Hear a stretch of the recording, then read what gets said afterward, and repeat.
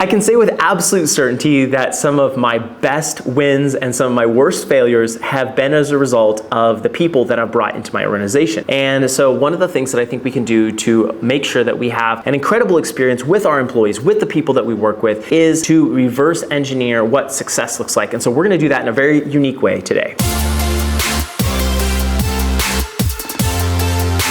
You're listening to the Venue RX podcast.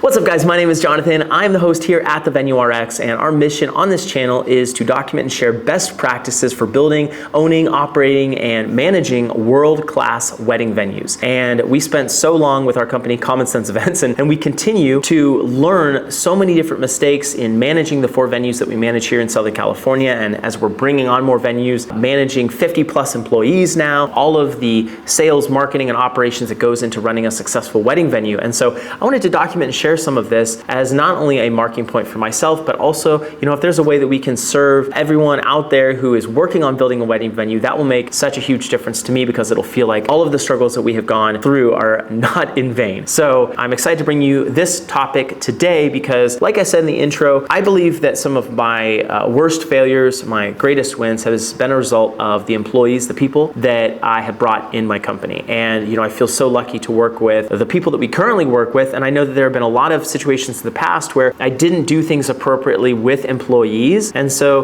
they quit, or we had to fire them or whatever. But ultimately, as the business leader, it really comes back to me and the type of culture, the type of environment I am setting. And so one of the things that I've been reflecting on is something that comes from a mentor of mine, Alex Hormozy. He talks about negative models, or like reverse engineering models. So essentially, what would you do if you absolutely did not want to have a good marriage, for example? Or what would you do if you absolutely wanted to have a terrible wedding venue? Or what would you do if you wanted to have an absolutely horrible experience with an employee? And so that's what we're going to be talking about today. We're going to be reverse engineering what are the things that you should do if you wanted to have a terrible experience with an employee. And by reverse engineering that, by providing a positive to the negatives that we're going to be talking about, we will uncover what are the things that we should be doing to be able to onboard great employees, keep great employees, and have great employees working in our company. So number one is, when thinking about hiring, you should absolutely not do a good job hiring. You should absolutely not have any hiring strategy. You should absolutely not fill up your pipeline with qualified candidates, and you absolutely do not want to have a defined hiring system. And I know this takes time, and so this is of course why you wouldn't want to do it if you wanted to have a successful experience. In my experience that I've had hiring over, having a team on the staffing side with Common Sense Events, when we operated that staffing company for about 8 years, we hired and had employed at one time almost 900 employees. And it was absolutely insane the amount of people that we were working with at that time.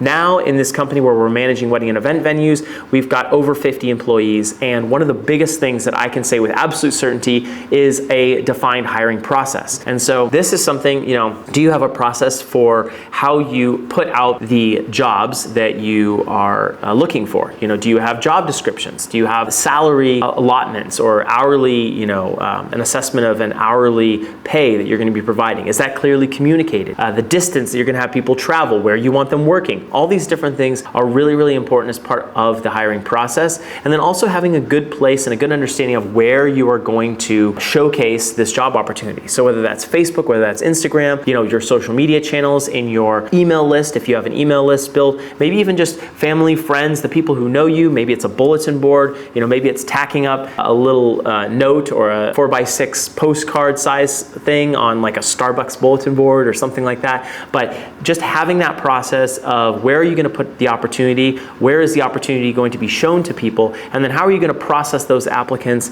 and take them through a system of deciding who you want to actually bring into your company. So that's number one. Absolutely don't pay any attention to the hiring process if you want to have great employees. Number two is, when you hire an employee, you absolutely want to make sure that you don't have an onboarding process. Onboarding processes are great if you want to have a successful onboarding experience, an employee experience, employee-employer experience. But if you don't want to have that, absolutely don't have any onboarding. Just throw someone into the deep end. And I have to say, I've been guilty of this far too often as a person who's very young in business, just saying, I have no idea how to do this job. I know we need it. Here, you figure it out. And that works for some people. people and it really doesn't work for others. And I can say with absolute certainty, most of the time when you handle onboarding an employee like that and you just throw them into the deep end, there is not a successful experience. They don't have a successful experience. It doesn't build confidence for them, and it doesn't put them in a position where they can win. And some of those early wins are really, really important as an encouragement to this new person who's coming into your organization to be able to help you accomplish whatever it is you're trying to accomplish, whether this person's helping with service, sales, any of the operations, the back-end admin, any of that. An onboarding process is absolutely essential. So if you want it to be successful, if you want to be unsuccessful, absolutely don't have a onboarding process. And number 3, once you have this person onboarded, once they're in your company, one of the best ways to make sure that you absolutely sabotage your employee's success in your company is to not have regular points of accountability and not be honest with them.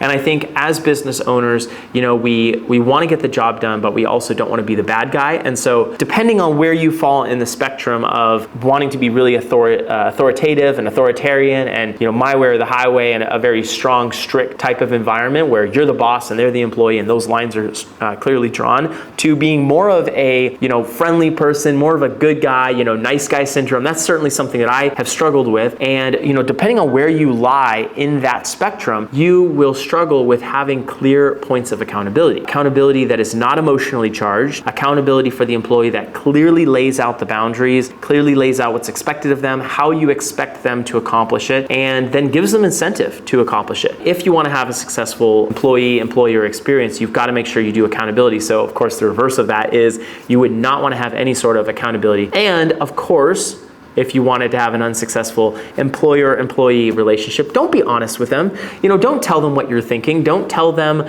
the feedback that you have. Don't tell them how they could do a better job, or how they can improve in the workplace. You wouldn't want to share any of that, of course, right? So with those 3 tips today, I want to just reverse engineer those. And we've obviously covered those a little bit, but the 3 things: you want to have a clearly defined hiring process. You want to lay out where you are going and finding applicants, job descriptions, things like that. And I know this takes time, but it's worth it because it will result in a better employee-employer relationship and a better experience for you as you run your company. Number 2 is making sure that you've got a onboarding process. Even if it's not an incredible, exceptional onboarding process where you're giving someone t-shirts and welcoming them to your company with a party or whatever else, just having a dedicated onboarding process and maybe putting it in Google Docs. That's what we do. We put it in Google Docs. We have checklists of things with dates attached as far as what we expect the employee to accomplish by a certain time. And that gives us a guidance and then also lets the employee know, hey, this is what's expected of you